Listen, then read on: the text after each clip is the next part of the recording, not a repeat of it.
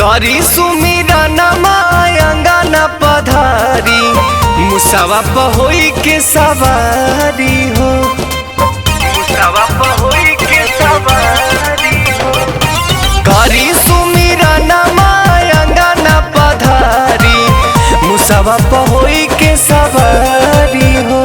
अरे होला पूजन राउर पहिले देवा दुआरा पधारी गजाधारी हो।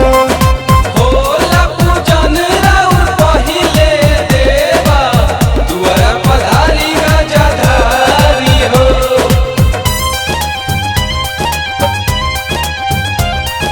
जय हो गणेश की, जय हो गौरी के नंदन की। बोला बोला गणेश भगवान की।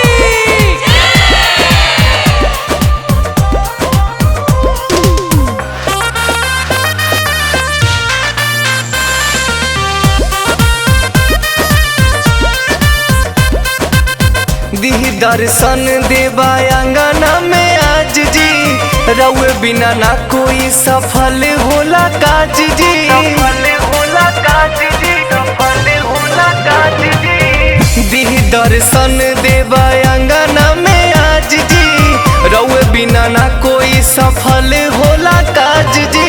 असारा लगैले बानी बैठिए देवा चौमुख दिया बारी हो। ओला पूजन राउर पहिले देवा दुआरा पधारी गजाधारी हो। होला पूजन राउर पहिले देवा दुआरा पधारी गजाधारी हो।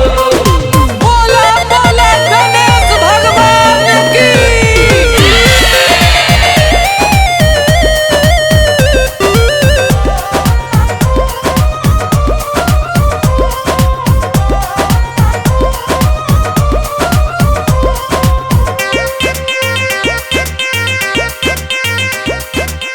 रिद्धि सिद्धि संगे आई चार भुजाधारी, बिक्की गौतम कैले पूजा के तैयारी, पूजा के तैयारी, पूजा के तैयारी। रिद्धि सिद्धि संगे आई चार भुजाधारी, संतोष करण कैले पूजा के तैयारी।